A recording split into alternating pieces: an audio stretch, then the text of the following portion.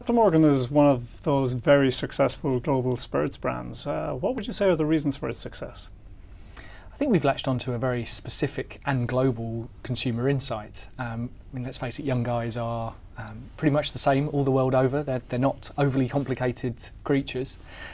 So if you can really tap into what makes them tick and offer an alcohol product that really meets their needs, it can be successful all the way around the world.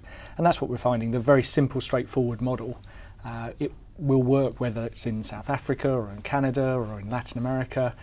The kind of archetype of the buccaneering positioning of the captain really does resonate. So what is the key customer insight that you've found that's pretty much global? For young guys, there's very much a group mentality, and what they really appreciate is when they have a good time, yes, but then when they get to kind of recreate that, to share that again. So the legendary stories that are retold time and time again, and probably get bigger in the retelling. So I think Captain Morgan helping to spark those really legendary times for consumers and giving them that shared stories that they can hark back to.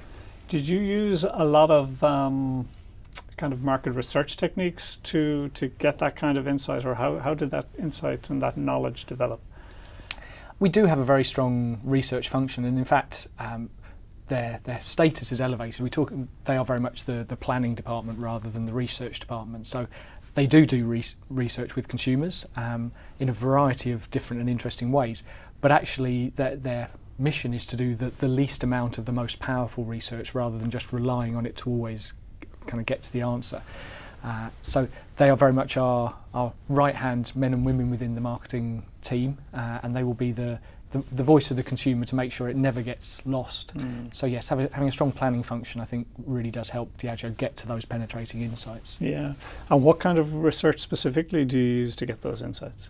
It really does vary. We do quantitative where it's necessary, but we're certainly not a slave to it. And equally, whatever the research might say, it's an aid to judgment rather than the answer.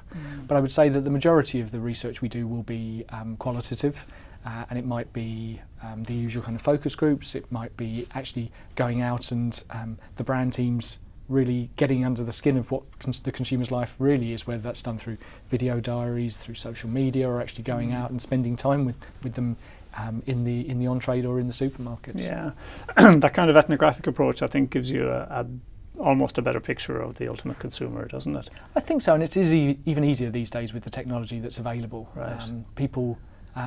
Many people out there enjoy sharing their lives, and it's amazing that just from the odd phrase here and there, the odd sentence, just that can be where the spark of a great idea comes from.